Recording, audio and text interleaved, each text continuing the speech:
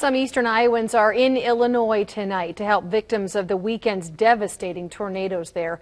Authorities now say at least 8 people died, including 6 in Illinois alone. The twisters tore through 12 states yesterday, from Missouri to upstate New York. One of the hardest hit areas, Washington, Illinois, has been closed off all day long and is even under a curfew tonight to prevent looting and other injuries. Hundreds have been left homeless. Cedar Rapids disaster specialist Peter Teahan just arrived in Illinois this afternoon. He now joins us live from Peoria. And Peter, thank you for joining us tonight. What have you been able to see since arriving there today? Good evening, Scott and Tiffany.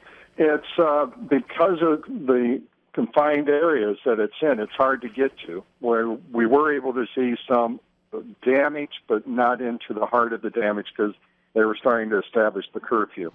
We do have people in shelters. Families are anxious to get back in their homes to see what they have left. And that's why the Red Cross is here, to help the families with food and shelter and to be there as a support as they, the next days get back to see what happened to their property. Peter, I know you are no stranger to these disasters, having been to so many in the past. What do you see in particular unique to this disaster where you are expected to be needed? What's unique about this is the time of the year. Usually tornadoes are earlier in the year, and so people have time, are not fighting the cold. This will be a particular challenge as, the weather, will soon be snowing and cold, and people be trying to pick through their homes and figure out what they have and what they're going to do next.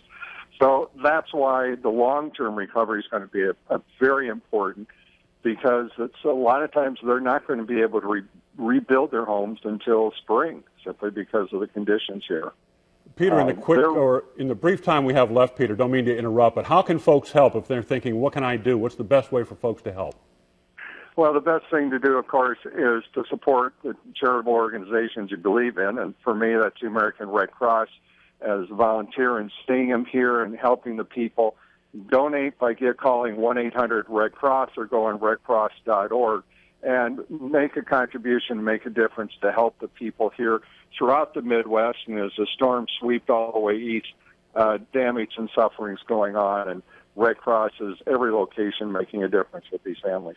I know I speak for Eastern Iowans who say thank you for what you're doing there, and we appreciate you taking the time to speak with us tonight. Thank you.